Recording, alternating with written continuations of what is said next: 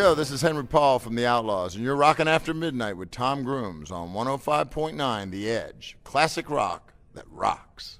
With us on location, Henry Paul from the Outlaws, the legendary Outlaws, playing tonight in Leesburg for a benefit for the Loudoun County Community Health Center. It's going to be a great time. Why did you do this endeavor?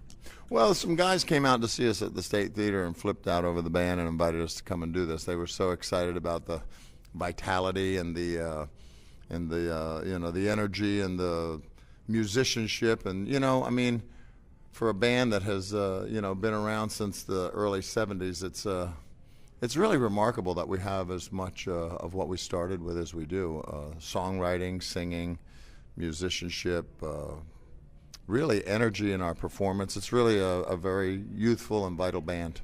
Quite a history, and of course, Clive Davis. You were the first really rock and roll band to hit the Arista label. I played you in '75. Mm-hmm. Did you ever run into any of the promotional people from Arista, like Michael Kleffner or any of those guys? Sure. They used to change all the time. They'd switch and go back and forth, but there were so many. And the Kinks were on Arista. Ray Davies got a hold of me, and that was a big deal. The Outlaws and the Kinks on Arista, man. I think the Allmans were on there for a few minutes, and the Grateful Dead.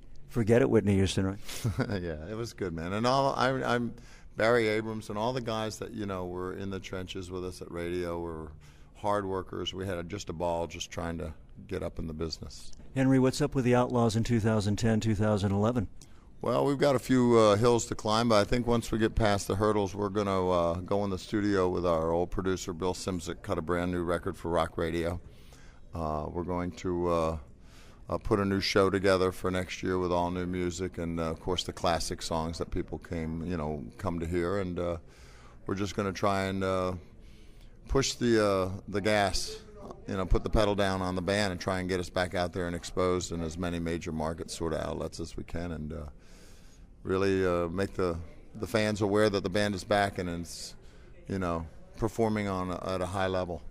Well, next time you get into the nation's capital, you got to pop by the Edge Studios, play records on the air. But before we cut out of here, I'd like you to set up Greengrass and High Tide, a tune that is a take on the Rolling Stones' greatest hits album. And I saw Brian Jones, you did too, with the Stones back in the day. He and Doug Somm were the best of friends, if you know that. I didn't know that. He loved the Farfisa organ.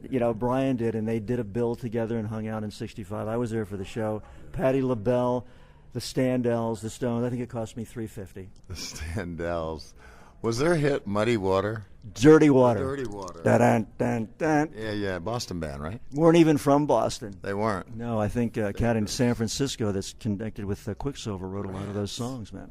Well, anyhow, Greengrass and High Tide, oftentimes the 9-minute musical extravaganza that can take a disc jockey and air personality, send them out back for a smoke, and plenty of time to get back and cue up the next record.